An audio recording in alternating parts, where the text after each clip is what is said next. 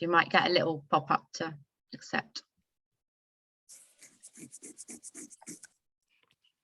Okay, and can you all mute yourself while people are talking so that we don't have interruptions?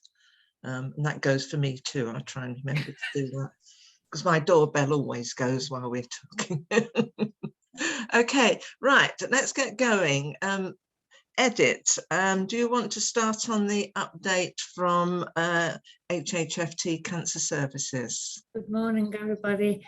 I have to say that I was discussing with Vicky the other day, who is going to do Wellbeing, and she kindly offered that she was going to do the update. So there she is, and then I think she has just arrived. So I think I'm just going to pass it on to her. Hello, you managed it because you're in the office, aren't you? Good morning, Vicky. Morning, Vicky. I'm just saying that you kindly offered that you were going to do the update this time. Oh, you're tethering with your mobile, are you?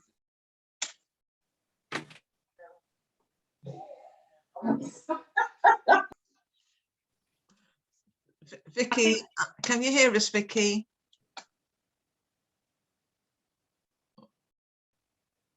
Wow.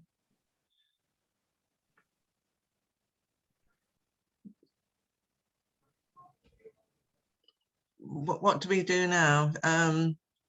Vicky, can you hear us? She's probably not very used to Zoom, sorry.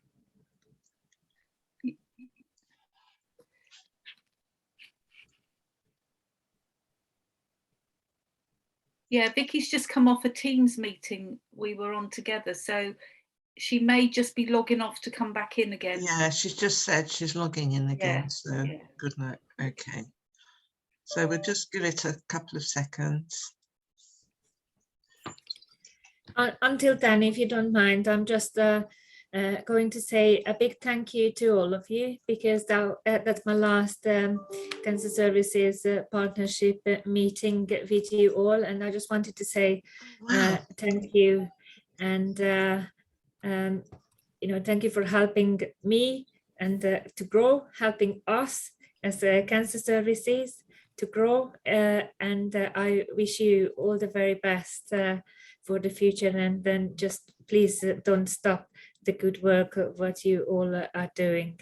Yeah, I appreciate everything. I think, Edith, we will miss you too. And we wish you all the very best in the future, and you keep in touch. We will keep in touch with you. You won't get rid of us. No, I don't want to. I don't want that anyway. So, thank you. So is no sign of Vicky at all, is there? Right. So Vicky's also doing the next item, which is the CNS item.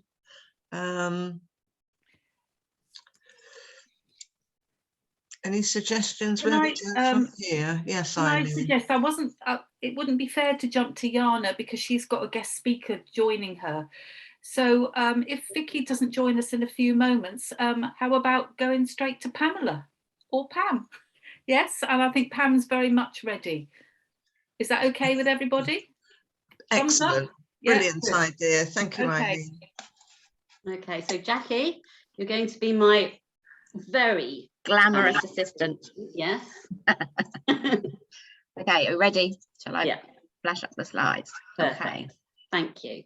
Let me just put them on full screen. Lovely. Okay, can everybody see that? Just give me a thumbs up. Okay. Perfect.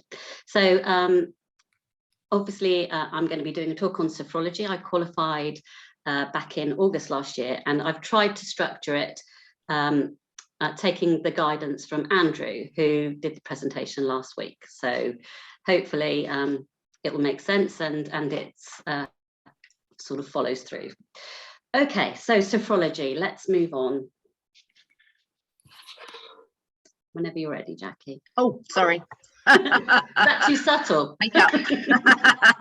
Right, so a little bit about me first. And so I'm a daughter, a stepmom, a grandma, a wife, a friend, and a work colleague. So I have a lot of different facets to me. I have had a long career in HR, although I don't work in HR anymore. I'm an NLP, that's a neuro-linguistic programming master practitioner and coach. I qualified in a multitude of holistic therapies through my life. So Swedish massage, Indian head massage, various Stone therapies, lots of different things, all with a people focus, I think. And my latest qualification is as a sophrologist. Thank you, Jackie. So what is sophrology? So it's based on 3 principles, fundamentally.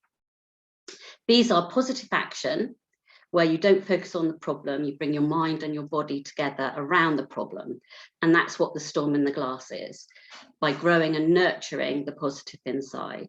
It's also based on body consciousness, where you achieve harmony between your mind, body, and spirit, and about objective reality.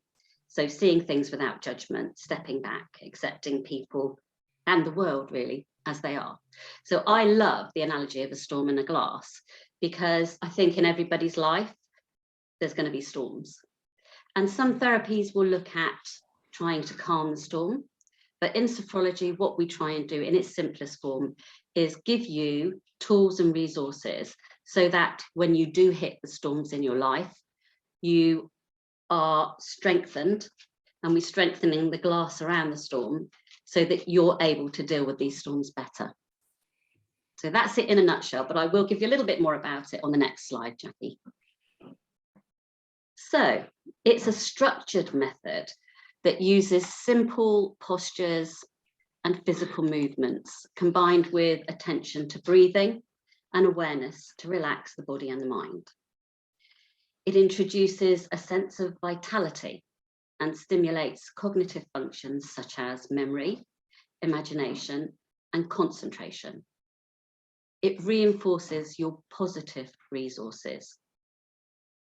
It's a blend of Eastern and Western techniques and is inspired by a whole lot of things, including yoga, Buddhism, Zen, Japanese Zen, neuroscience, and phenomenology. That, in its broadest sense, is the phenomena of how we experience things, and really about accepting it as it is. It focuses your mind on your body. It's really simple and easy to repeat and practice the techniques, and it involves no judgment at all. So when we do a practice, people do it how they choose. If something isn't comfortable, then they don't do it. If they or they find an alternative way of doing it. So or if they don't want to do it, then that's fine too. They can focus on their breathing, maybe on their feet on the floor, just grounding themselves, or maybe just practice the exercise before. Thank you, Jackie. So I've tried to just keep it headlines really, because otherwise I could bore you to death with the history and underlying theory. But it was developed by Professor Alfonso Caicedo in the 1960s. He came up with it, and he set out to find a way of healing depressed and traumatized clients who he was working with at the time, with the least possible use of drugs and psychiatric treatments. I think he actually witnessed people having like electrotherapy treatment and thought there had to be a better way. And throughout his time, he studied Eastern philosophies, viewing them within a Western scientific framework. So he kind of took the philosophy and then applied it in a more scientific way. And then there's also Dr. Raymond Abrazol, who came along a little bit later, learnt sophrology, and then applied it in a more general way. So he discovered its benefits, brought it to the attention of the healthy public. And in 1967, the national skiing coach had heard about sophrology and had asked Dr. Abrazol to help him train 4 ski champions for the Grenoble Games in 1968. 3 of them ended up on the podium with Olympic medals. And as I say, he consequently was invited to coach the Swiss team and other Olympic athletes. So it broadened its context. Originally, it was set up for medical use, and then it broadened it further. And next slide.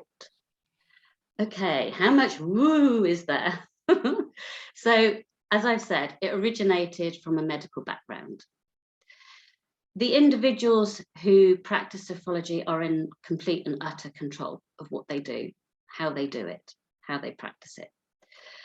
There is no judgment, as I've already said, and it's a really straightforward practice. So, depending on whether you're really into Buddhist meditation or yoga or breathing, you focus on what really speaks to you and what you get the most out of. Thank you, Jackie. I'm rattling through this, aren't I? What supporting evidence is there? So I tried to look at it from a perspective of the cancer environment. What I came up with were these three things. So since 2007, the Institut Curie in Paris has offered patients in the outpatient medical oncology unit the opportunity to attend individual sophrology sessions. So in France, it's really, really big. It's not heard of so much over here, although more people are learning about it. In Europe, it's much more well-known, much more practiced as well. And in a small 2018 study, with about 60 participants, people with cancer used sophrology and hypnosis techniques during interventional radiology procedures. And I do have a summary of that study. If anybody's interested, I can always send that on. Finally, in St James's Cancer Unit, that's in Leeds, the Macmillan Supportive Case Coordinator has seen that patients have been helped to overcome high levels of stress and anxiety and have successfully used sophrology tools and techniques to improve their well-being. And it's been used in the unit for the last 4 years. And I'll just come back to that on my last slide as well and explain where I've got that information from. So I've used sophrology in a more general basis, on a more general basis for relaxation, stress, but it can be used in all sorts of different environments. So it can be used in the medical world, in obstetrics, prenatal and postnatal, psychotherapies, depression, phobias, addictions, anxiety and panic attacks, etc., pain management. So I've joined 3 different ways now, and none of them are allowing me to listen. It's I'm going just to join on my phone, aren't I? Yeah, that's Vicky. Is obviously her sound is I now will join working on my phone, so at least Sorry, Pam, but that's fine. That's good to No know. problem. We can reassure her. Not a problem. Takes a bit more than that to throw me off. Absolutely. Stop me talking. So yeah, it can be used for preparation for operations, pain management, as I was saying, oncology, palliative care, terminal illnesses, sleep disorders. It can also be used in sports, as I demonstrated earlier with Dr. Abrazol, where they use it for self-confidence, motivation, team building, concentration, performance, energy levels, nerves and pressure, and mental recovery from injuries as well.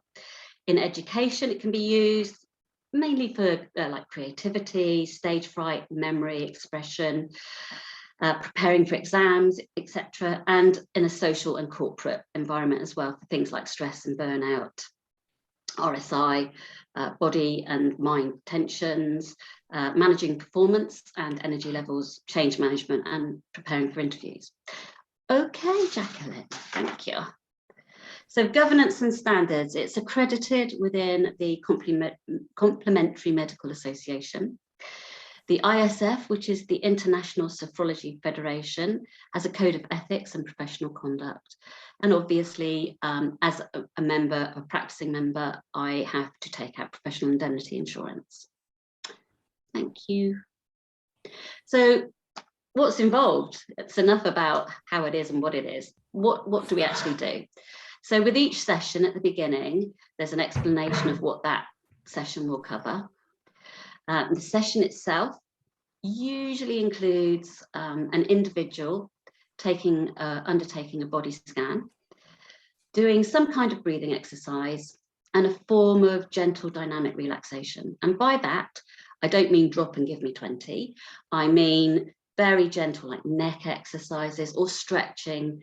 Nothing that I'm on mute and no, I'm not on mute.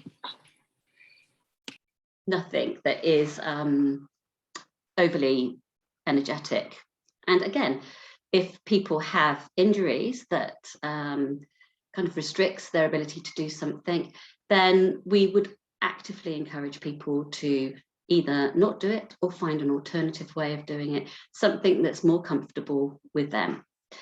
It may also include visualizations. I love doing visualizations. If people can visualize, I do this at work. I run a relaxation class, and mainly it is a very quick body scan, a quick breathing exercise just to get people down and settled.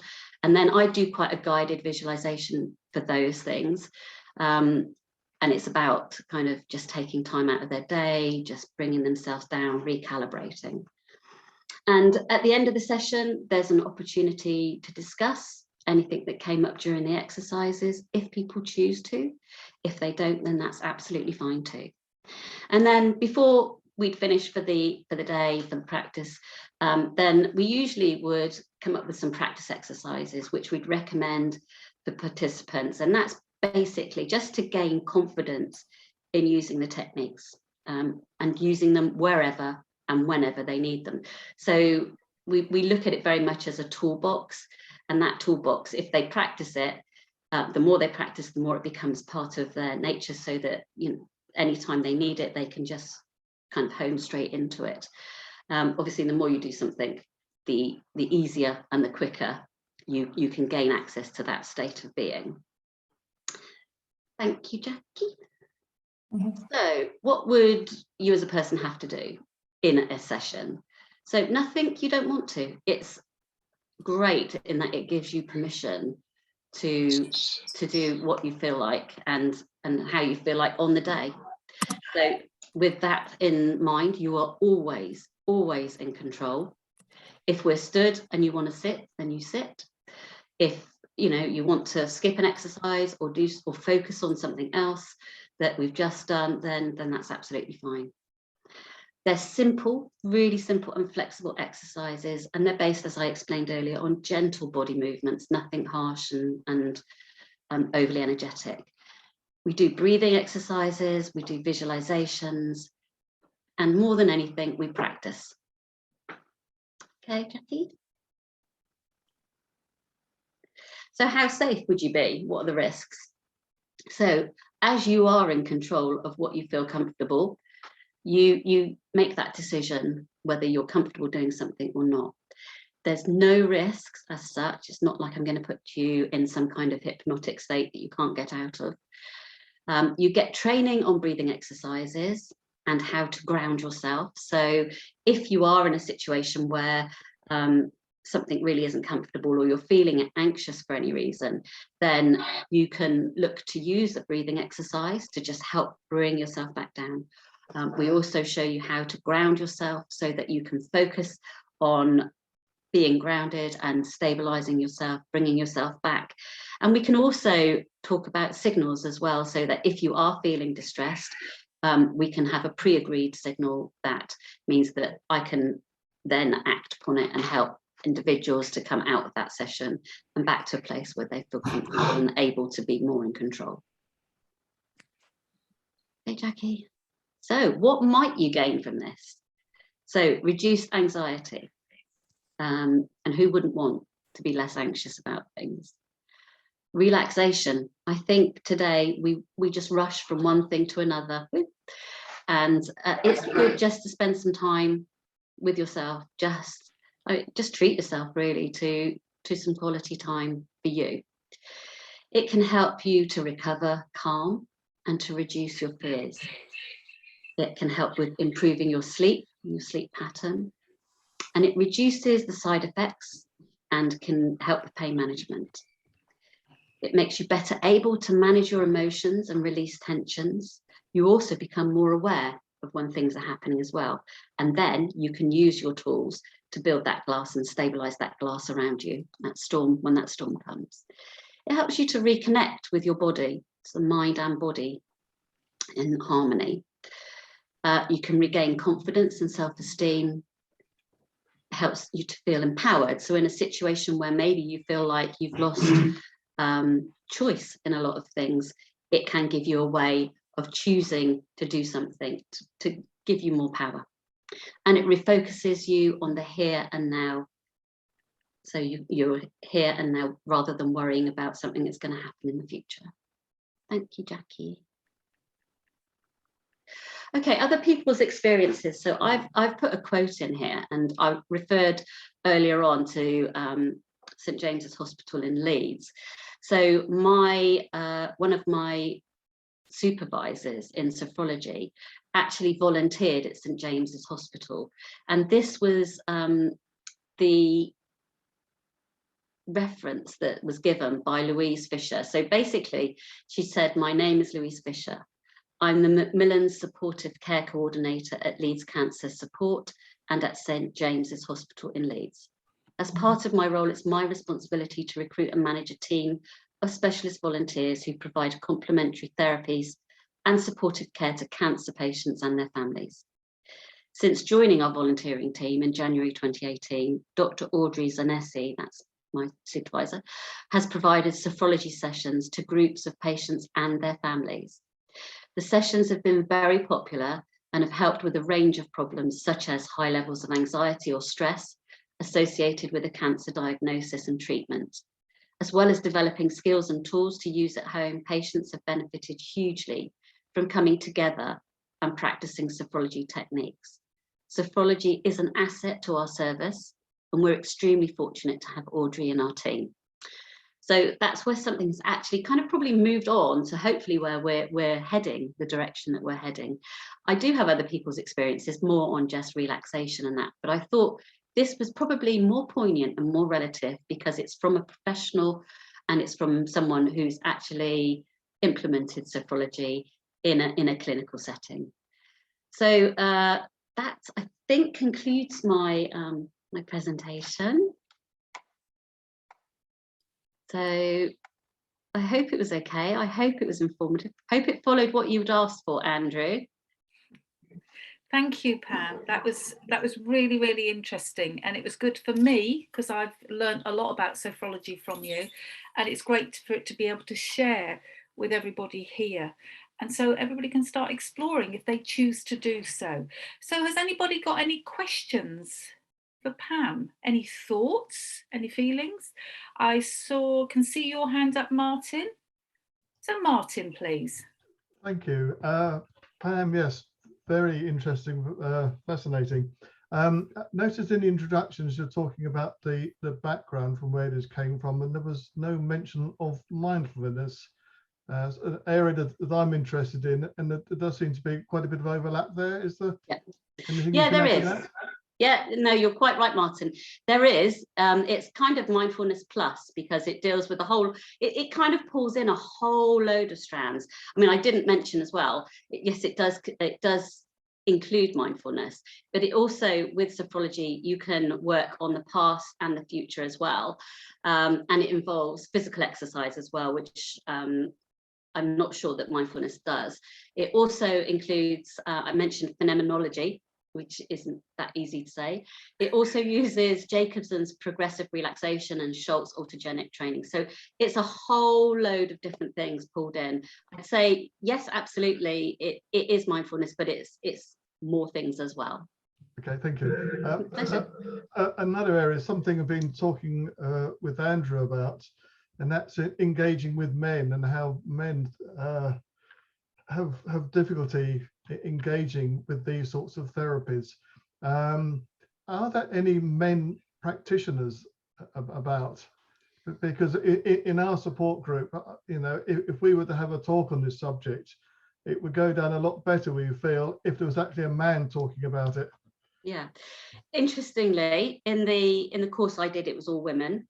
However, I mean, this probably isn't relevant for you right now because he doesn't live in this country, but I was in touch with a gentleman who, I can't remember where he's based, somewhere abroad, and he is a sophrologist, but he uses it, interestingly, to coach people with their golfing game. So a different area, but could be applied. What I can do is find out if there are male sophrologists on the list that we can engage with and get somebody to come, or do it via Zoom, and can talk to men regarding prostate cancer and just how men react. That would be very useful if you could. Thank you for that. No, I'll ask, but you are right. These kind of things do seem to be female focused, female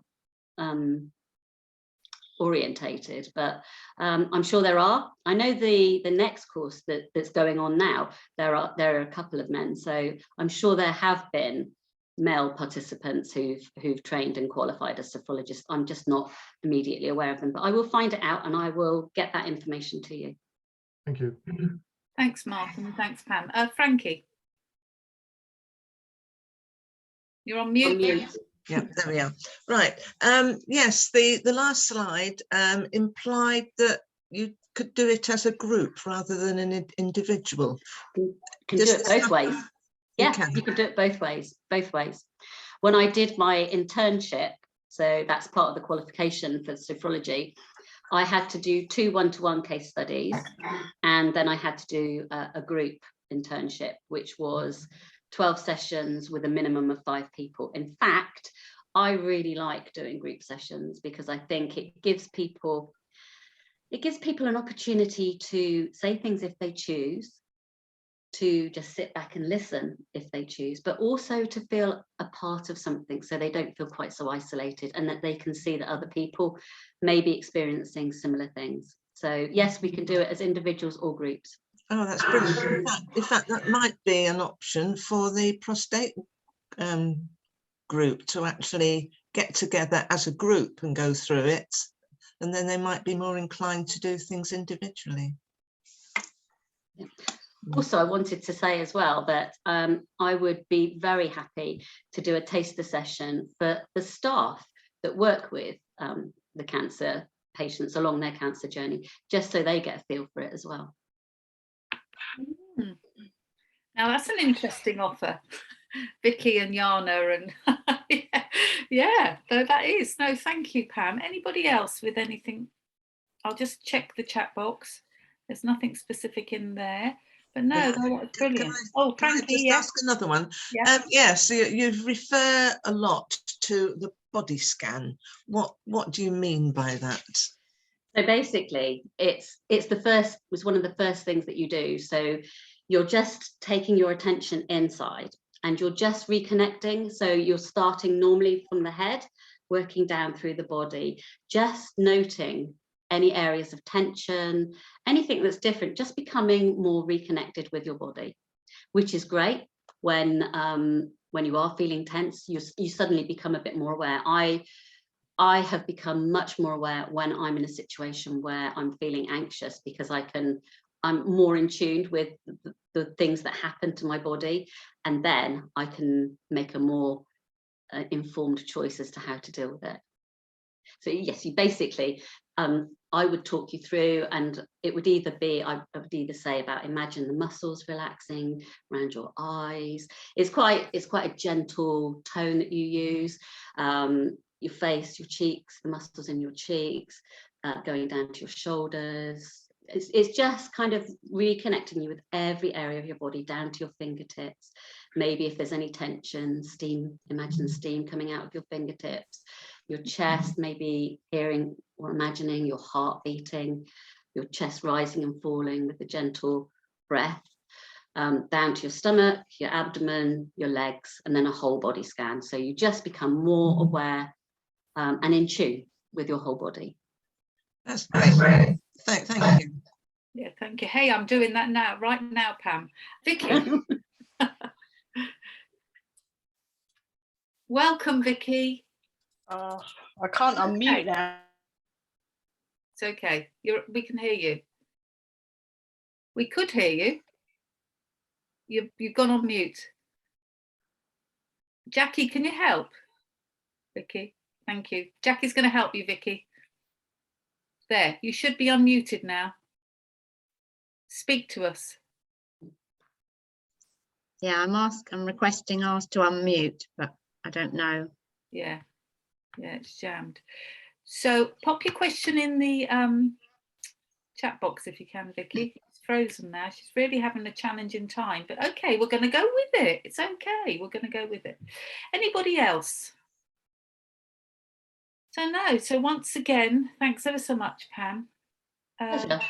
Please do. Pam will put her contact details, and she can of course be contacted through the CSP website and our email address as well. So thank you. So I think now we will move on to Jana, please, because I think Vicky has. She's unmuted now. Oh, she's unmuted. Vicky. Looks like it. Oh, marvellous. Do you want to test your voice, Vicky? She's just waiting to come on. Thank you everyone for your patience, but I think over these past couple of years we've all learnt how delicate and sensitive technology can be, and we just all have to work together. No, I think she's actually dropped out again. So let's go with Jana, if we may, please. Absolutely. Thank you. But yes, I mean, I've got so much to update, but don't worry, I'm not going to go through it all today. So I'll give you a bit of a kind of a bullet point update on the. Oh, I think I see Vicky. She's on her iPhone. I'm on my phone. I've given up with my laptop. You carry on, Jana. I'll do my bit after. And now I can see two of you, Vicky. Oh. Okay. I'm gonna, if I carry on for now, and we'll see how we go. So, so for those of you who don't know me, I'm Jana Jeffrey. I am an oncology specialist dietitian by trade, but I'm now the Macmillan supportive care lead for cancer services here at Hampshire Hospitals. And I am in the process of setting up what I'm going to now be referring to as the Wellbeing and Supportive Care Service. So this really is kind of the everything else that goes along supporting patients through their cancer journey. So it's that real kind of wider, holistic side of cancer care. And it fits very well as well, Pam, with what you're talking about as well. I mean, you know, the whole process of kind of setting up a wellbeing and supportive care service, you know, there's a lot of administrative tasks, health and safety. I'm quite au fait with that now.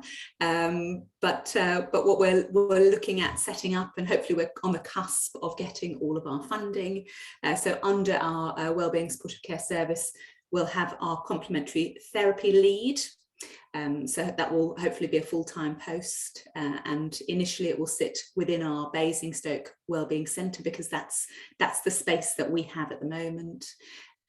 We are well, we've just opened the doors to our psycho-oncology service, which will eventually, once we get somebody in post, consist of a full-time Macmillan funded psychologist. And we have a counsellor at the moment, but we're really hoping that we're going to get some funding for some more counsellors, because we know that this is just such a huge and important area. We need to be able to support our cancer patients better with their kind of emotional needs. And also, we've just had some funding from Macmillan as well for a rehabilitation assistant practitioner. So this is a person who is going to support our cancer specialist allied healthcare professionals. So people like me in my previous role, so the cancer specialist dietitians, the cancer specialist physiotherapists, will tap into the occupational therapists and also speech and language therapists. So that new post that we're about to create will have really good oversight of a person's rehabilitation needs, their goals, their therapy needs. So it's a really nice role that kind of pulls everything together, and will work very much kind of with and alongside everything else that's happening within the Wellbeing and Supportive Care Service. So that's kind of it in a nutshell. There's loads more to tell you, but I'm not going to go into it in too much detail today. So I wonder whether at this point, if anybody's got any questions about the Wellbeing Supportive Care Service they want to ask now. Fiona, I can see your hand up. Yes, thank you so much, Anna. I just want to go back and ask you about the counsellors.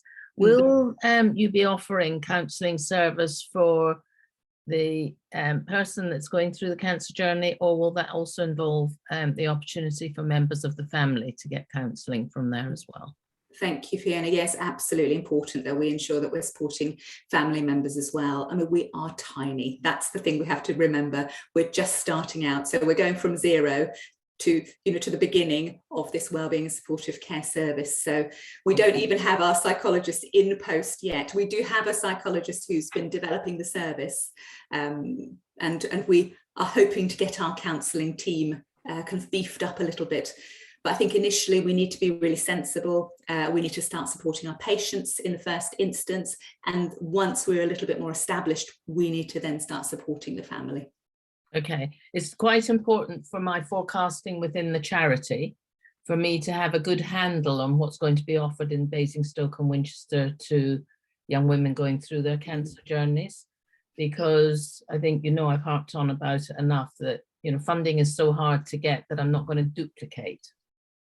No, absolutely. And I think the need is there, Fiona, the need is there. I mean, if we just go up the road to Guildford, for example, they've got the Fountain Centre. I mean, they've been going for 25 years, but they have 50, as in 50 counsellors, and they still have a waiting list. So, I mean, that just goes to show how great the need is. And I mean, really at the moment in HHFT, we've got 22.5 hours of one counsellor. So, you know, we HHFT rely very, very heavily on charities like, you know, yourself, Fiona, and the others, because we just would not be able to support our patients otherwise. I mean, I think we're supporting at the moment in excess of 20, probably nearer 30 people, and I have a bank of 10 or 12 counsellors to call on. But you know, we are moving into the next phase of the charity, and I've got to do a prediction with the trustees of where I feel the spend's got to be. So, and I mean, the other element of this psycho-oncology service is not just counselling, because the thing is, counselling isn't necessarily right for everybody, and that's the part that's completely missing at the moment. It's not just HHFT, but it's Wessex wide. So there's been some scoping work done, and that's what's come out of it is, you know, it's poor. So, you know, lack of psychologists, lack of counsellors, a lack of psychological skills training for staff. Yes. So it's huge. Yeah, because some people really don't like to go down the counselling route, but they do need a form of support. And so, you know, there are alternatives, ways where people can feel listened to and able to express themselves, but not necessarily down what's more traditional counselling. Sort of like the way that Pam was just been talking about, and we know about mindfulness and a lot of other ways, neurolinking. There's a number of different ways that, but it'll be useful to keep abreast with how you're doing on that as I each quarter forecast our spend. Thank you. Thank you. Any other questions? No, I think that's it, Jana. Oh, Jackie. I just thought I'd come in and ask the obvious question. Any idea when you think this will start, Jana? Well, roughly. Well, I've done all my parts, so now we just kind of need to link it in with the kind of the black and white signed copy that to say that we've definitely got that funding. So that's the part that we're really waiting for now. We do have the funding from Macmillan, so we've already got the funding available for that rehabilitation assistant practitioner. So I'm just about to put that advert out. We've got the advert out and the funding already from Macmillan for our psychologist. So we have unfortunately had to extend that advert for another couple of weeks because there are so few psychologists out there. So if anybody knows a psychologist with a cancer background, then please direct them to our advert. Okay, thank you. Martin. Jana, I'm not sure if it's something you were coming on to, but on the agenda, you said you'd be talking about my medical records as well. Yes, she is. Okay. I will be, Martin. Okay, great, thanks. Yeah, we're just sort of playing around with the agenda. You know us, we like to be a bit flexible, Martin. So I was going to say, actually, Eileen, I could very quickly now, because I've got my guest speaker coming in about 10 minutes. I could very, very quickly kind of just talk about some of these terms that we hear, the PIFU, PSFU, etc., and then hopefully then we'll have our medical My Medical Records demo person come in. So that should make a bit more sense. Shall I do that? Yes, please, Jana. Thank you. Okay. So kind of as part of this wellbeing and supportive care service, it all fits into what we hear a lot about as this personalised care. And I mean, fundamentally, that means that we are putting the patient at the centre of the care rather than the disease itself. We're treating the person, not just the illness. So that's fundamentally what personalised care is. It's making sure we're doing the right thing for the right patient at the right time. So you may hear Vicky talking about ensuring that there are services available on a patient's doorstep rather than having to travel for long distances, etc. But this also feeds into when a patient comes to the end of their treatment, for example.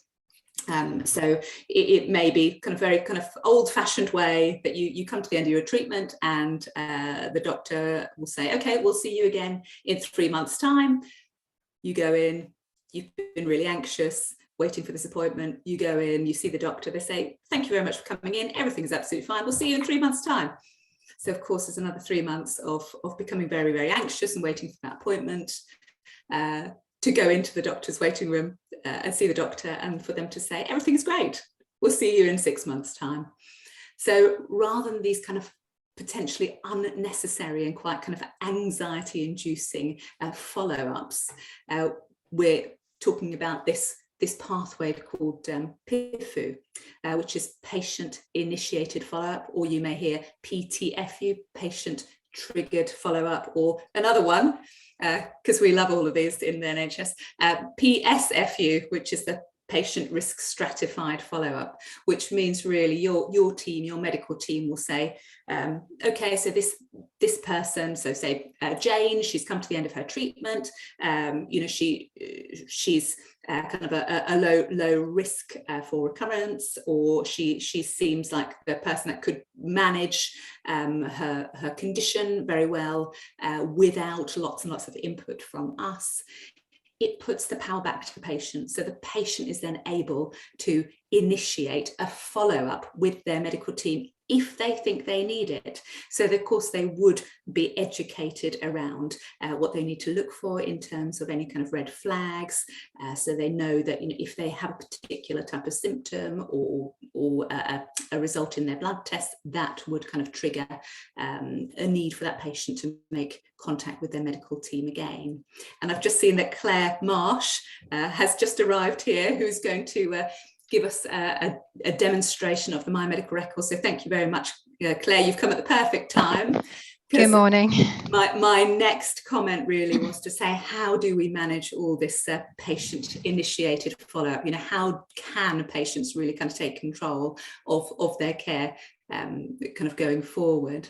And we are hoping to use an electronic system called My Medical Records, which gives the patient access to various blood tests, so they can see them, and that the team can also see them, but it also it enables patients to access information about well-being, and it will take them through to other kind of areas of information. So it could be local support groups, etc. So I mean, it's exciting times, and I think it's kind of really, I'm kind of pushing the agenda forward here with Vicky at HHFT to ensure that we are kind of using everybody's time in the most sensible way, and we're not just bringing patients back unnecessarily. So it just means that then the medical teams as well can focus on those patients who really need them, perhaps kind of earlier in their pathway as well. But I wonder if now, Eileen, would be a good time for Claire to potentially introduce herself and show us a little bit around or about My Medical Records. Yeah, absolutely. And thank you very much, Claire, for joining us. So over to you to share. Thank you. So good morning to you. My name's Claire Marsh. I'm a project manager at Southampton Hospital, and I run the cancer PIFU pathways, which we've been using My Medical Record for since 2014. So I'm just going to try and share my screen.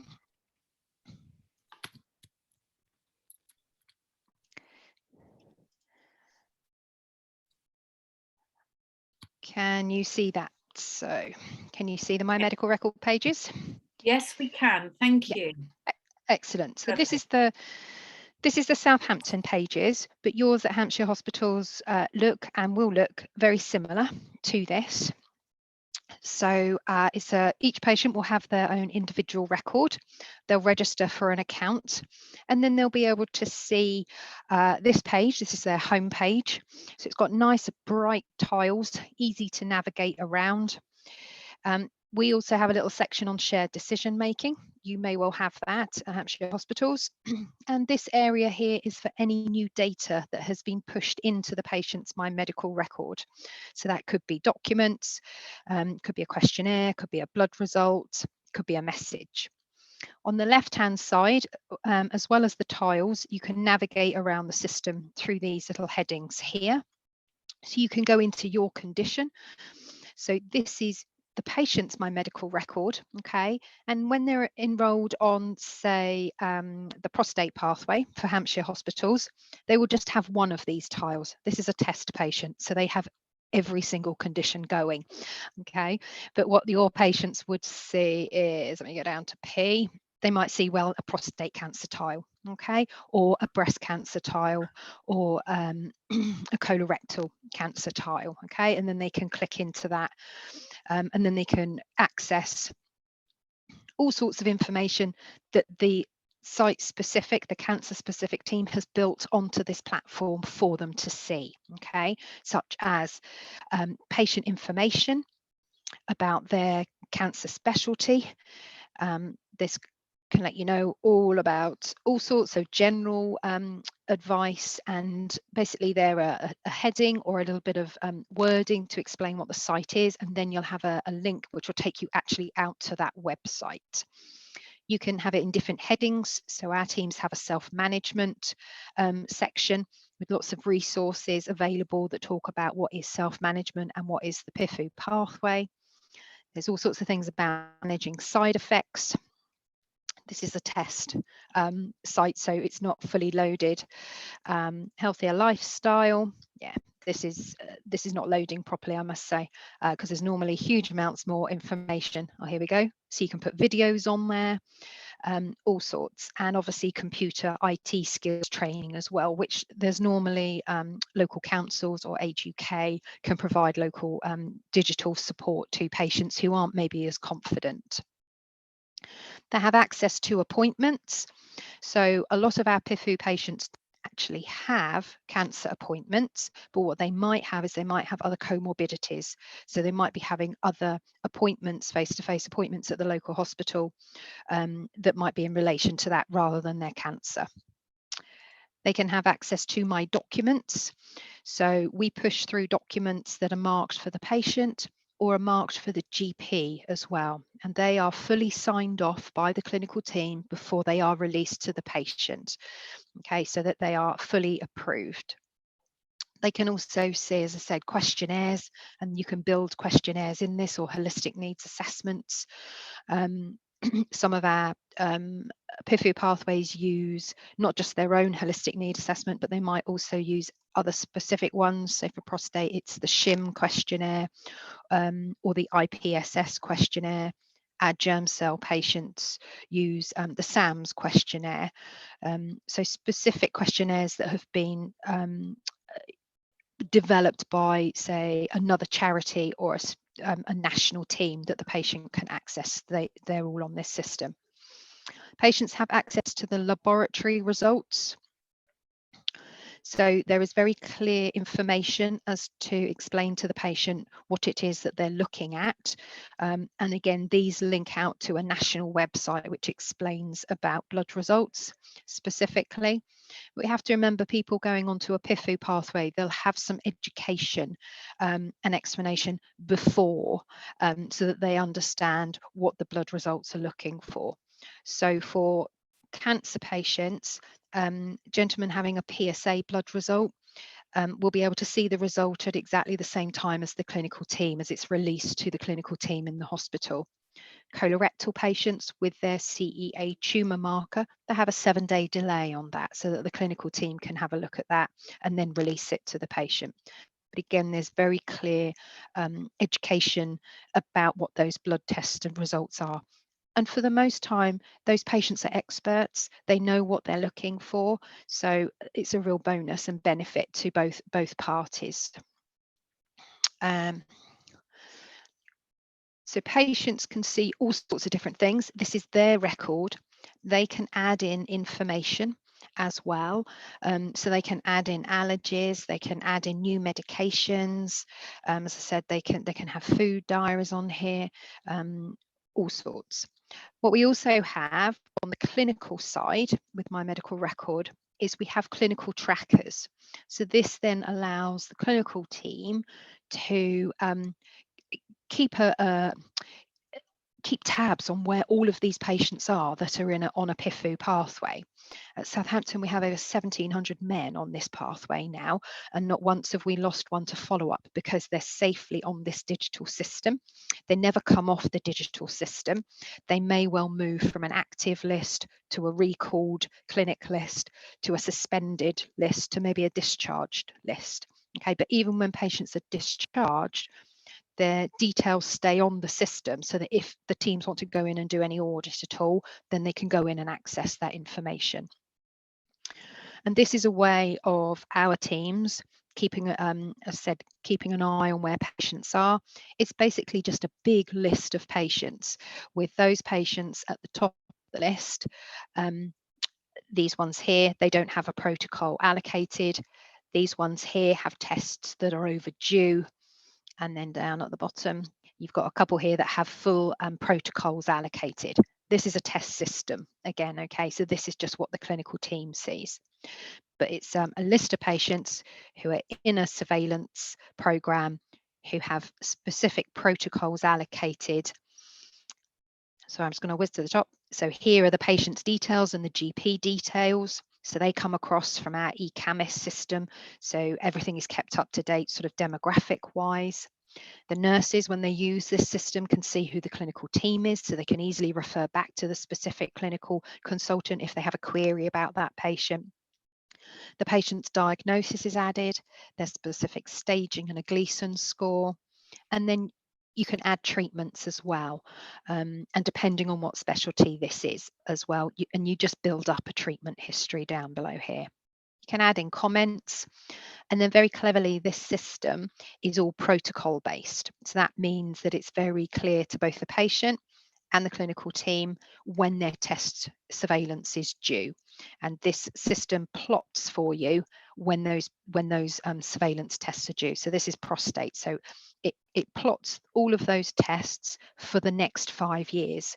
So it's very clear to the patient because they can see this schedule as well on their My Medical Record, and it's clear for the clinical team. So both sides are very sort of have collaborative working together.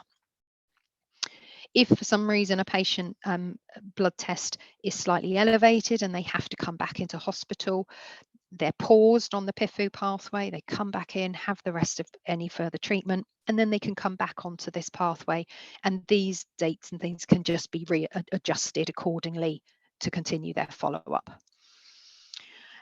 Results come in specifically directly through the pathology system. Okay, so as this system links to our pathology system in Southampton, and I think the same is going to be happening at Hampshire hospitals. So there's a transition of results from one system into this for both the clinical team and the patient to see. And then down the bottom here is where we outcome the patients. So this is how we move them on the big list. Okay, so they'll have some surveillance, they'll have a notification, their test is okay, result is normal, and then we press, and this then, it's not going to, generates a templated letter, one to the patient and one to the GP. And these can either be printed, or as we're trying to introduce now, it's all done electronically, and it's automatically pushed into the patient's record. So again, saving some time, saving paper, saving postage costs and things, which is, so we're trying to be sustainable as much as possible. And if we completed that, then the patient would just move on that list initially. It will update and the patient will shift on the list. And there we go. That's a quick whistle-stop tour.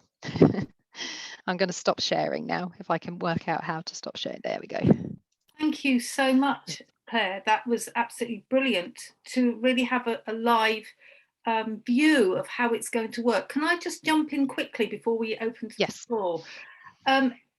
Just to ensure it's fully inclusive. Now, a lot of people may say that the older generation aren't really savvy with the digital world, but I would perhaps challenge that. And there is some evidence to come through. A lot of young people aren't so savvy and steer away from using such tools. So how will that be faced? How will that be dealt with? I know with digital world, they're going to have hubs in GP surgeries, Hampshire Together, the MOSE programme, they're talking about having lots of little hubs in the community areas so people can go in and be supported potentially by volunteers to use such technology. But is that something, and I'm sure it is, you're mindful of? Yeah, so I would totally agree in that the older generation are very digital savvy, very much so. Youngsters as well can be. The My Medical Record is available in an app. So the younger population, I suppose, very much used to using smartphones, use it more on that smartphone via the app. Yeah. The age group that we see more challenges with are those people that have recently retired, who have got computer fatigue from work, that don't want to have another password and another login. But our oldest person using this system, he must be, well, he was 92 a good few years ago, so he's probably a little bit, he's in his 90s, and he loves the system, and they're very active. So yes, we do have patients who aren't digitally engaged, either because they can't bear the thought of having another electronic system, or they don't have the digital equipment at home, they have no Wi-Fi, they can't afford it. So we have a couple of options there. Either they decide, no, they don't want to engage with digital at all, and that's absolutely fine. It doesn't discount them from a PIFU pathway. We just use a paper system. That's all. We're able to register them on our clinical tracker, so they're still, the clinical team still manage them digitally, but everything elsewise is paper copy sent out, telephone call, that kind of thing. So they're not discounted in that way. Support hubs, we are in the process at Southampton of setting up a patient support hub to assist patients with digital issues and things. But I must say our PIFU teams at Southampton are very digital, and they're very good at providing education and teaching with the digital side. When we were doing workshops in preparing patients to come onto a PIFU pathway, they would use this digital system throughout that whole workshop and navigate around. So again, it got patients very much used to seeing the system live for them to use. We also, within our prostate project, loaned iPads to patients as well, with the proper written loan agreement signed by both parties. And they had that first 6 months with at that time, it was a 3G contract paid for them as well. So they had the Wi-Fi available to them at home as well. And then generally after 6 months, they would return that, and they'd already purchased their own one because they were very used to it. So there's lots of options there that are available to support patients. Lovely. Thank you. Thank you so much, Claire, for explaining that. Jo, you have a question. Welcome, Jo. Thank you. Thanks, Eileen. I wanted to know whether this system is going to be rolled out retrospectively for patients that have got paper records existing, or whether it purely will be for newly diagnosed patients and certainly your prostate patients ongoing. So for us at Southampton, we have breast PIFU. Breast went live with the My Medical Record during COVID early last year. They were using another digital system that wasn't patient interactive, and we had over 1,000 patients on that system. So each month, as their surveillance comes along, we are now migrating them across to My Medical Record, so introducing them to the patient benefits. I think the same at Hampshire hospitals. And there are people on the call I know that can probably answer this better than I can. But you also have PIFU running, but without the support of a digital system currently. So when it becomes available to those patients, again, that I'm sure that they will be offered it and come across. As for your overall strategy in sort of having electronic patient notes and things, I'm not able to comment on that at all. So I hope that answers your question, Jo. Not completely. Okay. Sorry, I'm going to be a bit picky here. No, that's fine. I'm just wondering, so at the moment it's purely for breast cancer and prostate cancer, with no potential to roll it across the other cancers that are obviously being treated at Southampton? Yes, so we have it live in breast, prostate, colorectal, germ cell, lymphoma, endometrial, neuroendocrine. So there are 7 live sites on a PIFU pathway with this system. We're in the process of looking at thyroid, and our bone marrow transplants PIFU pathway, or their system, is just being built. And we're just looking at lung pre-assessment as well for lung cancer patients. So with the bone marrow transplant, sorry, this is a purely personal question. With the bone marrow transplant patients, of which I am one, will we be able to get our records retrospectively put on? Because I carry around, for example, this very effective but very worn wad of paperwork that's... Yes, there will be some historic paper notes or electronic notes going into patient records. Yes, there will be. Okay. So if you, when you register for a My Medical Record account at Southampton, then yes, there will be what they call a data dump.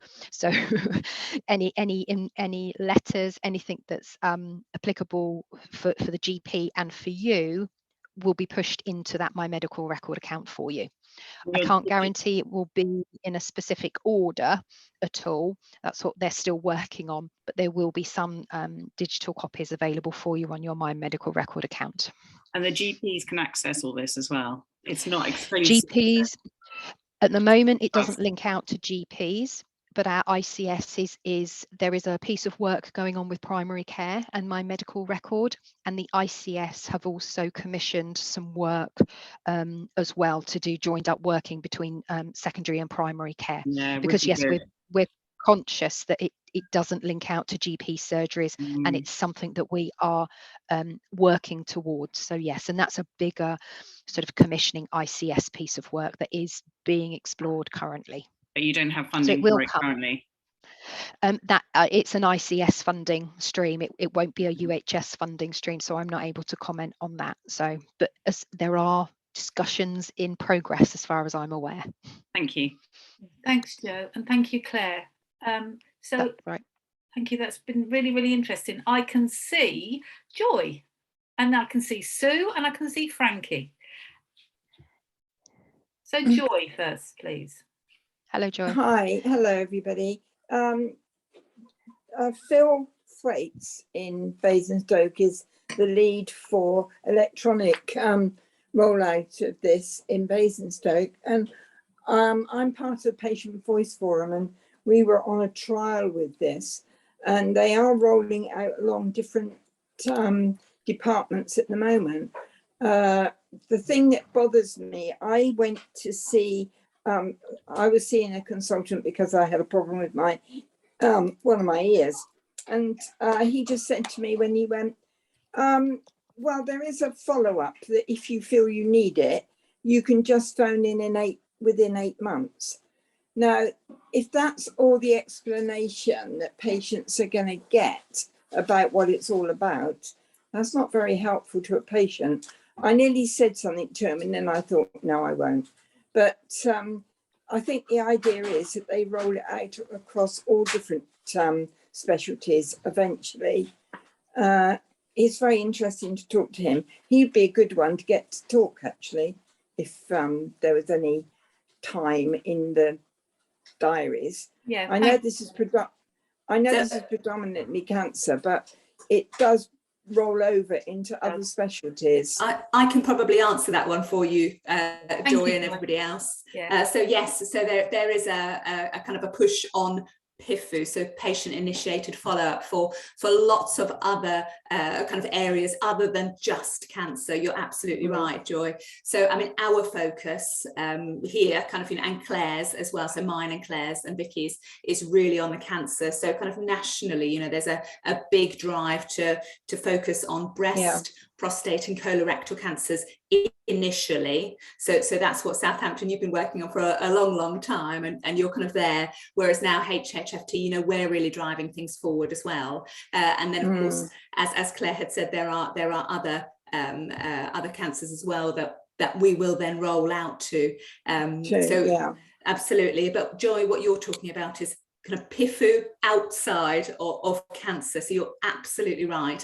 And even me as a dietitian, I would talk to my patients previously about putting them onto a PIFU pathway, but that's completely different to, say, the cancer PIFU pathway. I understand. So, I mean, for me, for example, a patient would come to the end of them really kind of needing dietetic input, but they may need it. So I'd say, rather than you going back to your GP, for the next 6 months, you can just pick up the phone and you're going to still be live on my system. So I know that, I can just pick you up. We don't need another referral. So that's what PIFU is, kind of outside of the cancer world as well.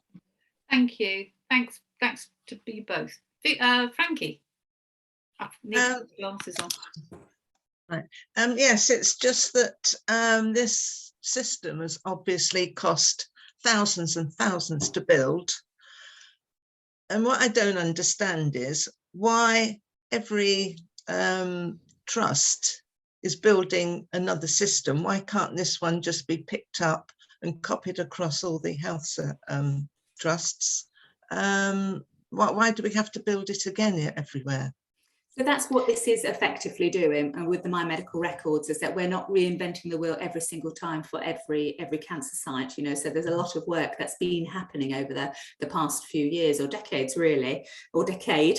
We've got what Claire was talking about, these protocols, for example. So we know that at certain points in a cancer pathway, there would be a certain blood tests, certain scans, etc., depending on what protocol you're on, depending on what type of cancer you had, for example. So we're all working together to use the same information. So it's not kind of reinventing the wheel so much. We are working kind of Wessex wide to make sure that we're not doing that. So we're not spending money 3 times. Right. Thank you. Frankie, just to reassure you that what we have in Southampton, Hampshire hospitals have that template. So that's what's happened. It's been picked up and popped into Hampshire hospitals. The only things that change slightly are the headers. So it has to show Hampshire Hospital branding and logos. Protocols do change slightly, but that's because different clinicians, they work within the national guidance, but they just tweak the protocols just slightly. And also letters to patients and GPs are reconfigured to suit Hampshire hospitals and what those teams want to say. So the basics of a template remains the same, and it's shared not just down in this area. It's up in Liverpool, it's in Kent and Medway, it's in Cornwall, and it's just gone live in Wales as well. So it is being shared. Right. Yeah, right. There's not wasted money. And there's literature as well that we're all working on. So you can, I don't know if you can see. So there's, for example, there's something Southampton have done, and then there's something that very similar, if not almost identical, that Hampshire hospitals have done. So a lot of the kind of the work is being shared. And this also kind of fits in with, I think, what people were saying. I think, Joy, you were saying about the education side of things. Certainly when you go onto a PIFU pathway for cancer, you get either that one-to-one education around how to use My Medical Records, what is PIFU, how do you use it, how do you access your teams, etc. Or like the prostate team at Hampshire hospitals are doing, they're doing group sessions. So they're just inviting kind of six men along for a group session, and they'll talk through what My Medical Records is. There you go. So there's some literature. And then also, you know, what the PIFU side of things is. Sorry, I know that's there's the Southampton prostate one. So what it is. And then they'll also talk about all of the different information that you may need to access or how you can support yourself going forward. So it's a huge project. Thank you, Jana. We've got time for one more question. Can I go to Sue, please? Oh, Martin, yeah, as well. We'll come to you quickly, Martin. I didn't see your hand up, sorry. Sue. Hi, my question is that I already have a My Records at Southampton, and I also have one for my son because he's disabled. And in order to do that, I've had to use 2 different emails because you can't have 2 emails registered, 1 email registered for 2 My Medical Records. So how is that going to affect me when they do the one at Basingstoke? Because will I have to open a new email account in order to have another My Records account? Or will it be entirely different to the Southampton ones? So I don't need to worry. I think that's, I probably can't answer that. I'll let Jana answer that one, but I think that's a very good question. Yeah. And it's one that we probably need to ask the My Medical Record Development team, because you're right in that patients do have different appointments at different hospitals in this area. A very good question. I will make a note and I will take that to the My Medical Record team. I'm going to have to but I can't answer that one. It is a good system and I use it all the time, and it is very well done. So I'm looking forward to it coming to Basingstoke too.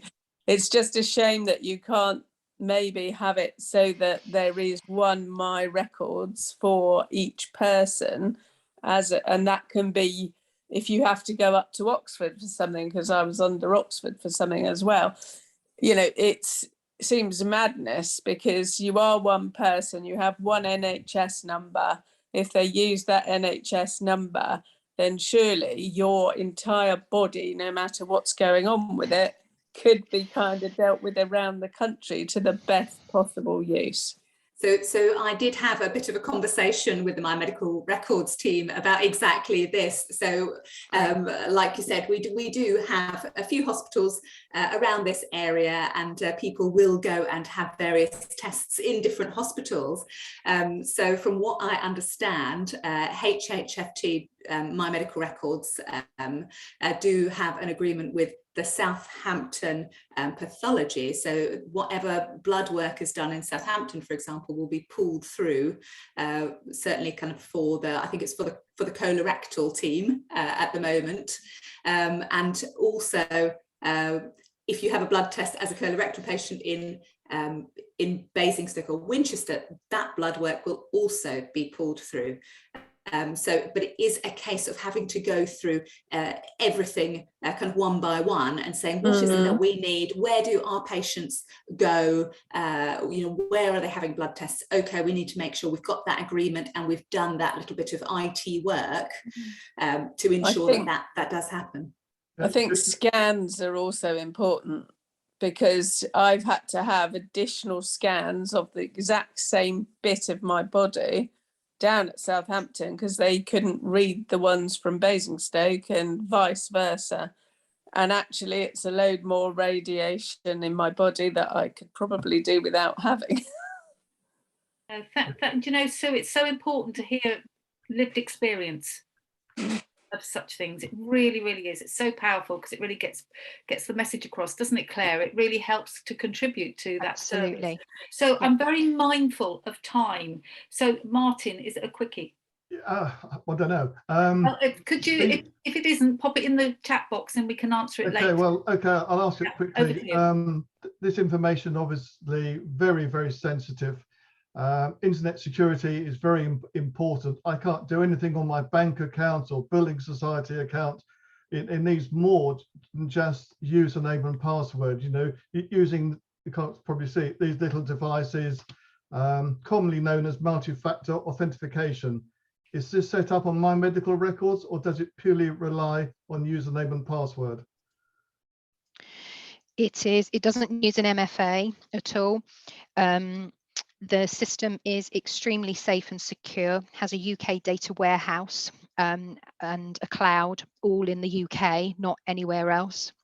Sorry, Southampton. Sorry, I missed your first thing. Did you say it doesn't use MFA? No, it doesn't use an MFA at all, but be reassured that Southampton IT security is very good, and we are it's always being tested against the firewall and things, and we've had absolutely no breach. That really doesn't cover it, because it's so easy to get used to. You know, if banks and building societies say this is absolutely essential, I would be very, very concerned that my medical records are not secured with the same level of security.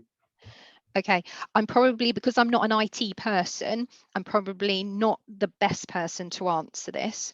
So it might be worth you putting your inquiry into the My Medical Record team at Southampton. And there is an email address, and that is mymedicalrecord@uhs.nhs.uk, and then they will be able to provide you with all of the information with regarding IT security for the My Medical Record system. Thanks, Claire. Could you put that into the chat box, that email, so it's easy for Martin to have that? Of course. But again, Southampton wouldn't be appropriate to me, because I come under Guildford. But at least it's going to get some challenge to, you know, ask about the security. So thanks, Martin. Thank you very much. Thank you. Jana, is that okay if we move on now? I'm very mindful of time. That has been absolutely invaluable. So thank you for arranging that. And thank you, Claire. Thank you so much, Claire. You're really welcome. Appreciate it. I mean, 7 years, you're definitely an expert. And I'm going to have to leave as well, Eileen and everybody. Yeah, I know. Okay, thank you, Jana, as always. Speak to you soon. Thank you. Bye, everybody. Thank you, Claire. Bye. Well, Vicky, drum roll. Hopefully you can hear me. Absolutely. Fabulous. Sorry, I've had lots of IT problems today. Just an apology to start with. The CNS has got COVID and is pretty poorly with COVID at the moment. So I do have the slide that she presented at the Health Focus event in November. So if everybody's happy, I'm very happy to present what she did in November, or we can ask her to come back next time. It's entirely up to you. But let me know after I've done our bit of update. So few updates to start with. Obviously very important, this is Edith's last meeting, as she announced last month. She is leaving us on the 23rd of March, which is very sad, but then is going home for 2 weeks, so is going to have a lovely time with her mum in Hungary for 2 weeks after that. So we interviewed yesterday and we have managed to appoint. It was a fabulous interview, I have to say. It's one of the best interviews I've done for a very long time. And it is going to be Ruth Blakely, who is our Band 7 on Nick Jonas currently. So it's very exciting. So we will get her added to the invites for this meeting, I'm sure, when she can come and introduce herself next time. Not sure when she'll start. We'll try and do it as quickly as possible so that otherwise we've got no cover, well, apart from me covering. So in order to ease the pressure off me, we will get her started as soon as possible, I can put it that way. And also on the staffing issue, so our lead breast nurse and our lead palliative care nurse are also both retiring at the end of this month. So Sandy goes on the 4th of April. And we've recruited into her position. So it's going to be Claire Clayford-Lewis, for anybody that knows the breast team, who is currently the Band 7 breast nurse based at Winchester. That post holder will work across both sites. That's the whole point of having the lead nurse, is that they work across sites. And the lead nurse for palliative care at Basingstoke, who is Sarah Deary, is also retiring at the end of the month. We haven't yet interviewed for her replacement, but the advert has closed and I think it's likely to be an internal person for that one as well. So just a few staffing updates there. And while I'm on that, as most of you know, I've been doing a workforce review mainly for nursing and AHPs within cancer since I started at the end of September. I did present the draft of that to the Cancer Board 2 weeks ago. So we'll just wait and see the outcome of that. My main recommendation was not that we need hundreds of more staff, apart from AHPs. We do need to invest in our AHP group, because having one dietitian and one physio is not a lot for a cancer service. So we will be investing in that. But a lot of it was to work slightly differently and have a lead for each tumour site that will work across both hospitals, because our main aim, before we're all in one hospital in 7 years' time, we need everybody to be working together. We need to make sure that the pathways are the same, and that our patients that go to Winchester have the same experience as those in Basingstoke and vice versa. So some of the key work over the next 4 or 5 years is going to be bringing those teams together, getting them to work better together, and hopefully having a lead, nursing lead. At the moment, they're not managed by a nurse, which I'm not a fan of. So I'm trying to push that they all have a lead, so that they are managed by a nurse moving forward, because it will help with their own development and development of the service. So that's some of the key things. The main teams that we need to look at in view of increasing staffing is palliative care. We're really short in palliative care. We're really short in lung. Lung is the one tumour site where we have nice recommendations on how many CNSs we should have. And at the moment, we're 2 CNSs down on those nice recommendations. So I'm meeting with the lung team next week to try and push for them to help take that forward. On a good note, we have got some Macmillan funding for 2 years for a lead for acute oncology to help us develop that service and work with the cancer care matron. They will also be looking after the metastatic colorectal and cup CNSs within that service as well. So hopefully that will ease the pressure on Ruth, because as you all know, Edit has a massive remit at the moment, and we do need to loosen that slightly. We've also got an upper GI CNS that is about to go out to advert that Macmillan have funded for 2 years. And as Jana said earlier, we've got the therapy practitioner as well. And going to Macmillan panel next week is a gynae CNS, which we're really hopeful we will get that as well. So we've done really well in getting some money. We've also got some money from the Alliance. So out to advert at the moment is another prostate CNS for a year to help with that diagnosis bit of the pathway, and work with Chloe on the triages and diagnosis, and that really push the CNS at the beginning bit of that pathway to help, as well as a navigator who is somebody that will help make sure that the tests are being done in a timely way, that we're getting the test results back and that kind of thing. So they'll work with the CNS, so they'll work with Chloe and the new one on that, and a physician associate for that team as well. So that's all thanks to the Alliance that we've got some money for those. There are other things the Alliance have funded us as well for a year, but I can't remember offhand without having a look at my bit of paper. So we've done really well with funding over the last 4 or 5 months. We just need to get those posts in and advertised now.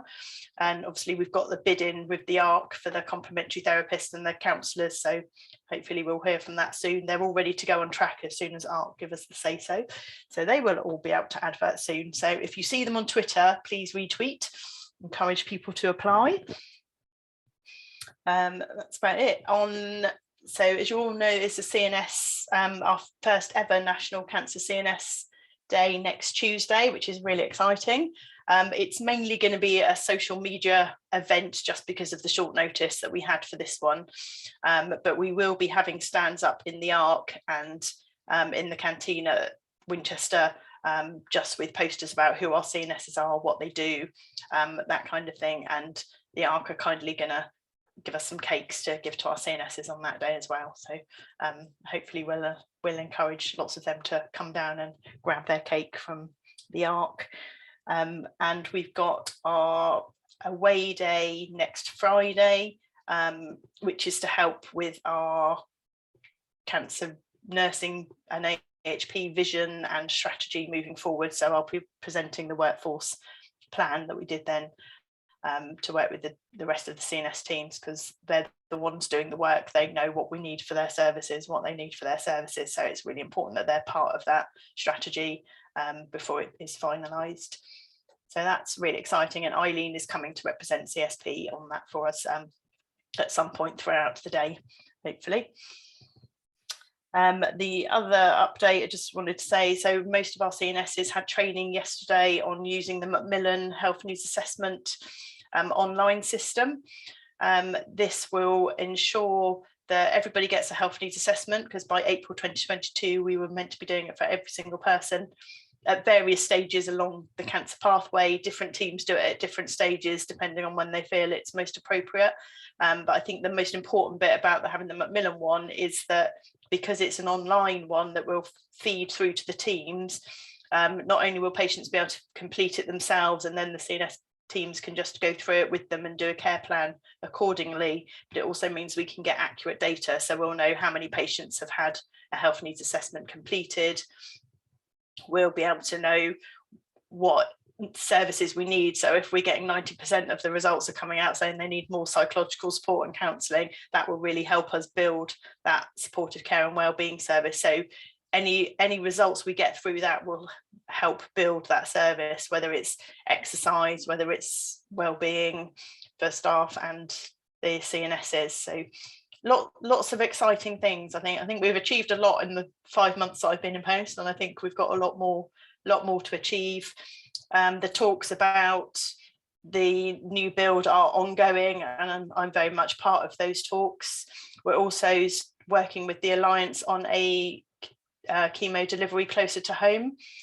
So the Alliance are doing a stakeholder day in May, which we will all attend and just see how we can start delivering chemotherapy in the home now that some of it is delivered by subcut injection or tablets and things. So just save a hospital trip for our patients is really key for us. And then there'll be the talks about the bus and things like that again, which we will have a look at. Obviously I wasn't there when we had the bus before and I don't think it was that successful, but there may be developments that we will find out about.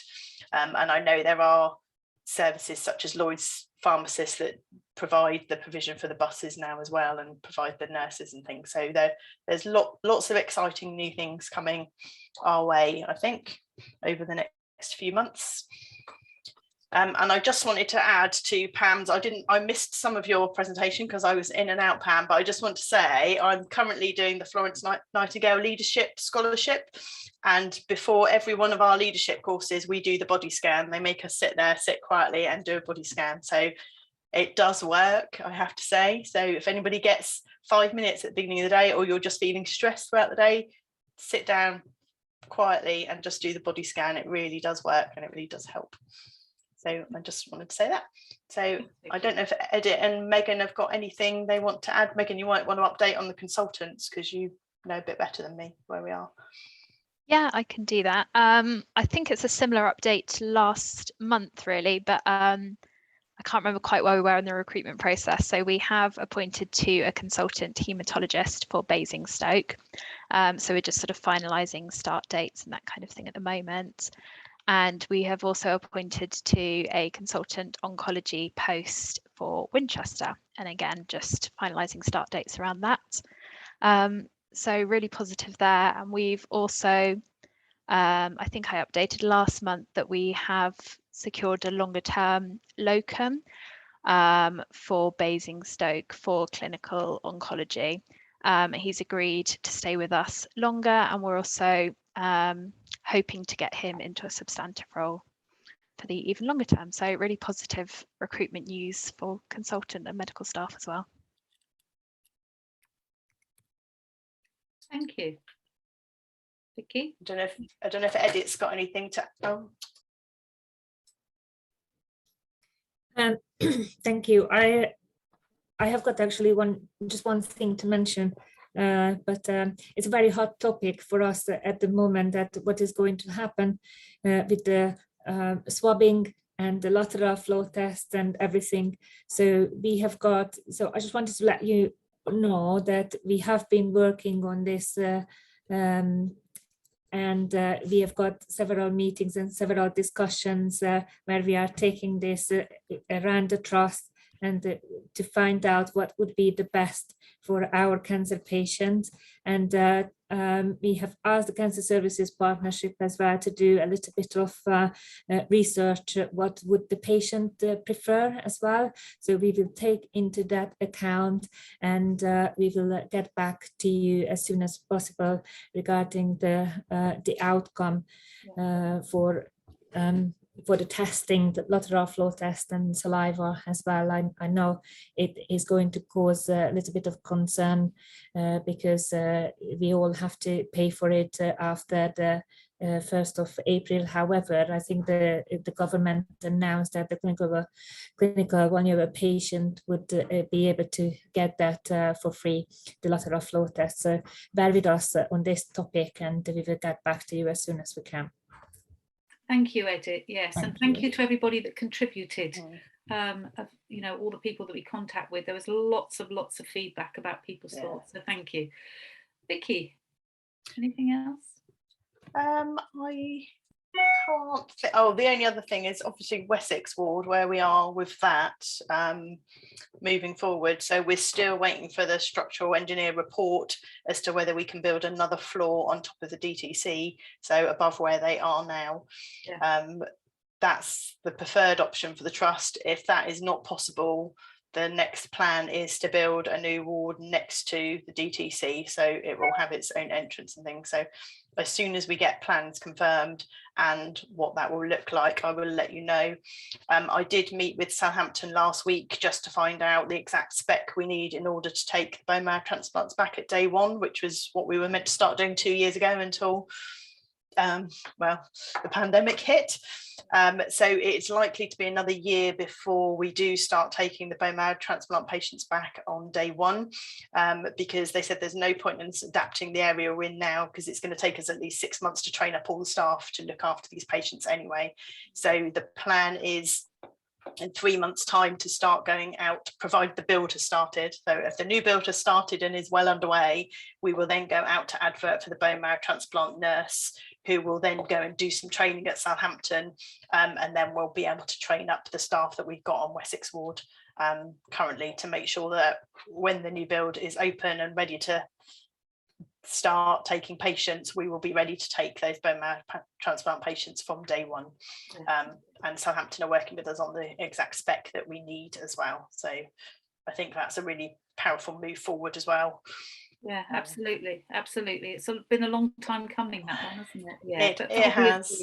For obvious reasons. Yeah, and moving us didn't help, but it's fine. Yeah. I feel like we're getting somewhere. Yeah, no, that's fantastic to hear. That's fantastic to hear.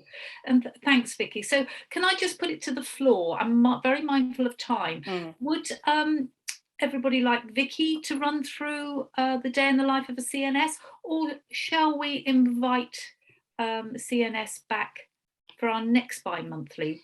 Can we just have a show of hands? Would you like to invite her back? Because I'm sure she will have taken time to prepare something, and then unfortunately the poor lady's become poorly. So let's give her the respect and the thanks for perhaps coming back to our next bi-monthly. Is that okay? Yeah, good. I think that's unanimous. It's Kate Pullman that's going to do it, just so that you know, for the invite. Yeah, okay, then we will, if you sort of pass on our best wishes, that would be great. Okay then. So thank you so much, Vicky. That was really interesting. Anybody, any questions on anything that Vicky, Megan or Edith have said? No, everybody happy. Oh, Joy, is that a historical hand? Is that a historical hand or, oh, thank you, doesn't matter. Okay, so we're now going to move on to Marianne. Welcome. Hi there. Hello. Introduce yourself. It's lovely to see you. Thank you for having me on this morning. I'm sorry I couldn't join at 10. I was on another meeting. So so it's nice to come in, and actually really positive, Vicky, hearing all the great things that are going on at Hampshire hospitals and everything you've been doing since you've been in post. So I think it's wonderful for the patients, and it just sounds really good, really positive. So it was good to come in and hear that. Yeah, so I just came along because Eileen and I had a chat about, so if I just introduce myself, sorry, I'm Marianne Carey. I'm a commissioning manager for Hampshire, Southampton, Isle of Wight CCG, but working across North and Mid Hampshire, so this area, and I've come along to these meetings when I can, so it's great to hear everything that's going on, and it's a great group. And it was just to kind of give a little bit of an update sort of on where we are sort of as a CCG, and I was going to say, Eileen, I'm very happy to kind of do a little bit of an update on anything from the CCG sort of perspective, if there's anything in particular you want me to try and find out or anything like that, I'll do what I can to input that to this group, and keep a bit of a link there for you. So it was just to talk about in terms of sort of with a CCG and how we're moving into more like an ICS, which is basically around an integrated care system.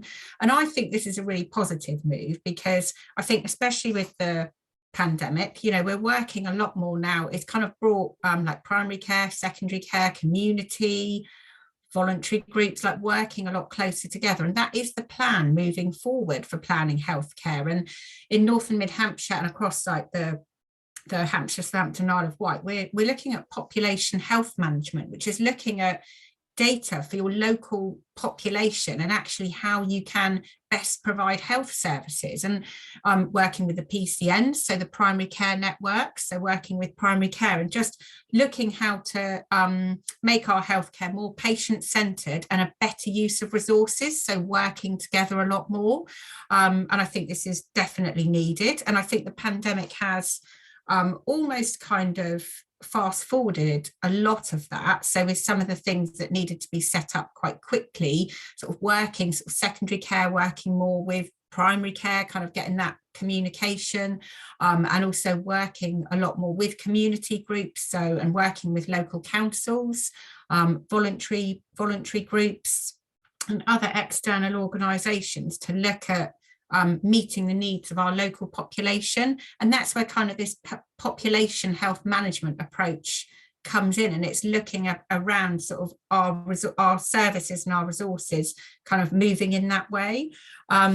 So in terms of sort of one thing we've been doing, looking at like reducing health inequalities as well. So for example, I know when the vaccine was being rolled out in North and Mid Hampshire, there was a vaccine site specifically in an area of deprivation to try and kind of improve the uptake for people living in areas of deprivation to uptake with the vaccine.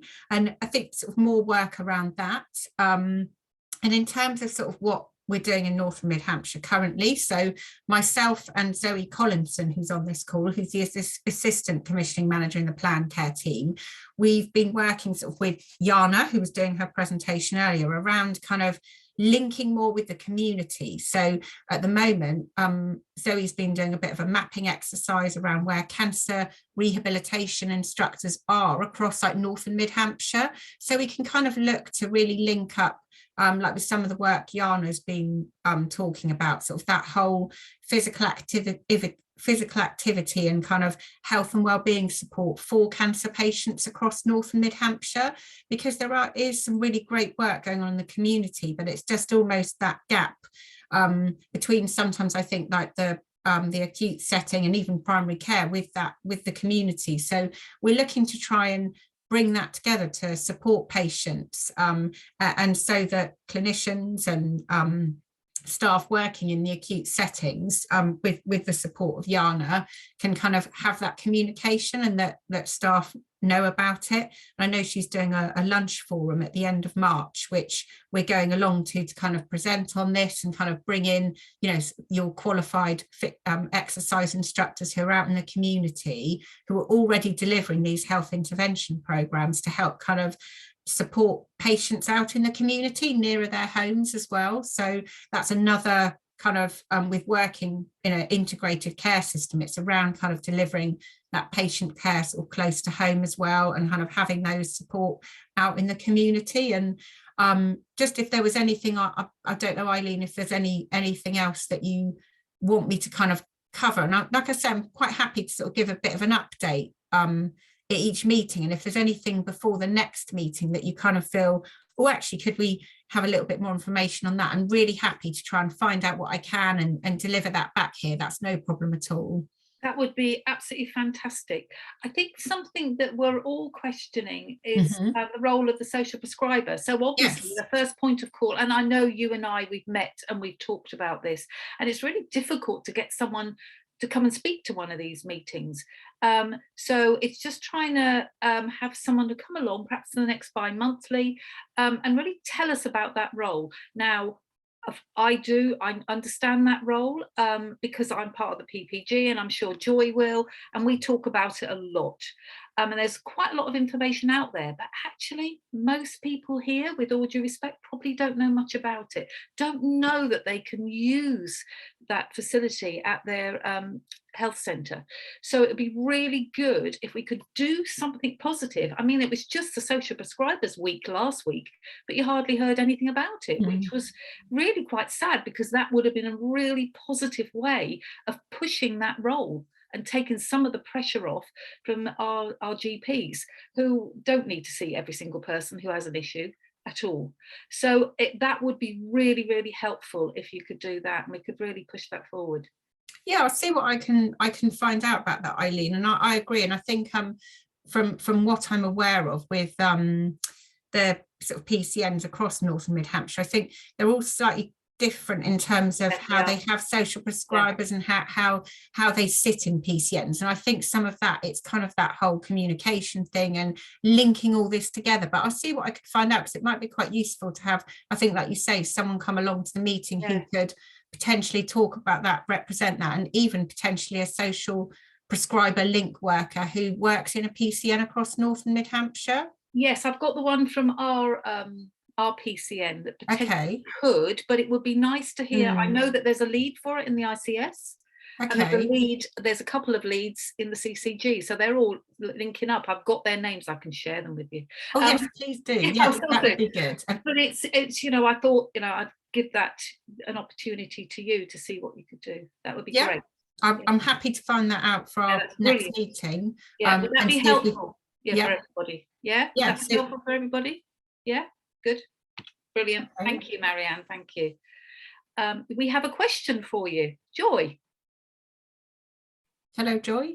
Hi. It's not so much a question as it's worth, if you need a prescriber, you think, rather than going to your surgery, lots of pharmacists, their pharmacists themselves are social prescribers. I certainly know, if she's still there, the one in Boots in Basingstoke in town is a social prescriber. It's always worth contacting your pharmacy nearest to you first and ask, because a lot of them have been doing university courses to actually put that into practice for them. It's a good way of them upskilling themselves anyway, but a lot of them are actually doing that now. So good place to try.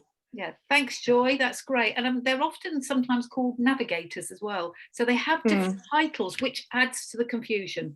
So CSP have linked up with their network, but there's still some blockages in that process of finding out. Jackie. Yeah, just on that, I was just going to mention, because I don't know, this might be something Marianne can help us with too. A few of us attended that network you just mentioned with the social prescribers that Louisa was setting up in Basingstoke, a new network for social prescribers, and we had a look at the website that we believe they are using to find out about local services in the community, and there isn't a lot on it from what we could see. So it's kind of a two questions. Is that their only resource that the social prescribers are using to find out what's in the local area? And how do we all get information about local services that we know about onto that website, or any other websites that social prescribers are using? So maybe something for Marianne to look into as well. Yeah, I'm happy to look into that. And obviously there's the cancer care map as well, that I'm sure most people here and I know that not all things that are happening in the community are on there as well. There's a few different places, isn't there? But I'll see what I can find out with the social prescribing. It's just, if they're being given this particular website to look and not look anywhere else, they need to be given all of the resources available. So the cancer care map, the HHFT website, our website, and the Wessex one as well, that the Wessex Cancer Alliance have done. It's just so that they know that all of these resources are already available for them. We've shared that already, didn't we? At that meeting? we have all of it. And it's like Tracy, I've seen that. Everyone's trying to do their own version of it, and it would be really, really, really helpful to just have kind of one version of the truth. rather than having 5 different ones that may or may not cover every, because there's other conditions as well, not just cancer. Absolutely. Thank you. Any other questions for Marianne? Joy? Just one quick one. I don't know whether you can answer this one. Has there been any further development on the DocMan 10, which is mail from hospitals going through to GP surgeries? I would have to find out about that, Joy. I'm afraid I wouldn't have, but I can find out. Okay, thank you. Thanks. Okay, then I'll just check the chat box. Yeah, Tracy, I saw you. Yeah, we shared all your all Millen details when we went to the Social Prescribers Network. I think we emailed it to them, didn't we? Put it in the chat box and all sorts. So, yeah, they have got it all, but it still doesn't seem to appear. But yes, sorry, Tracy, I forgot the Millen one. Yes, these things don't happen overnight. And, you know, a lot of these things are done by volunteers as well, believe it or not, websites and things like that. And they rely on volunteers to give them feedback. So it might seem very slow, but it is definitely happening. We just need to know a bit more when. Okay, then. So I think we've come to the point in the meeting where there's an opportunity for our local support groups and charities to share anything that they would like to pass on at this venue. So, hands up, anybody? Martin. Oh, sorry, Brenda, did I see your hand up? Sorry. No, okay then. Martin, over to you. Just a little bit of news. We're linking up with Blue Space, the men's section of the Pink Pace group, and trying out a joint meeting for newly diagnosed men with all types of cancers. So it's not for about another month. I haven't got the full details yet, but that's something we're trying out. Good, that's great. Thank you. That's really positive. Can I just ask Martin quickly? Did you put you on the spot? Did any of did yourself go along to that new prostate cancer group that was being run over at the Spire at Southampton, the Zoom one? Forgotten about that in February, just to see if that was any good. No, we didn't get to that. No. Okay. Okay, no, that's really good. We look forward to hearing how it went. Thank you, Martin. Fiona, I think I saw your hand pop up, but you disappeared again. Do you want to say anything? She may have just received a call. Is there anybody else that wants to say anything? Tracy, anything from Macmillan? Sorry to put you on the spot. Sorry, not sorry. Hi Eileen, sorry, I've got no voice today because I've lost my voice. So oh, sorry. No, that's okay. Nothing from me. I think that Vicky gave a really good, and Jana gave a really good update of what's happening and what we're funding at the moment. So thank you both, and no, nothing else from me today. Brilliant, thank you very much. Well, I think that just leaves us all to say thank you very much for joining us. Always remember we are out here. Please don't hesitate to reach out, and we can do whatever we can to signpost you, direct you in the right direction. So we're always pleased to hear from you. So thank you very much for attending today, and for all our speakers as well. Can I just say that about the next bi-monthly, it is on the 18th of May and not the 11th of May. I think it was originally going to be the 11th, and there's lots of documents and emails gone out saying the 11th, but actually at the last committee meeting we changed it to the 18th. So can you make sure that you've got the 18th in your diary? Okay, thank you. I hadn't noticed that. Well spotted, whoever spotted that. And Vicky, thank you for that document you've put in. We will save the chat and then that can be shared. But thank you. Thanks very much. Okay, then goodbye, everybody. Take care of yourselves. Bye. Bye. Bye. Bye. Bye. Bye.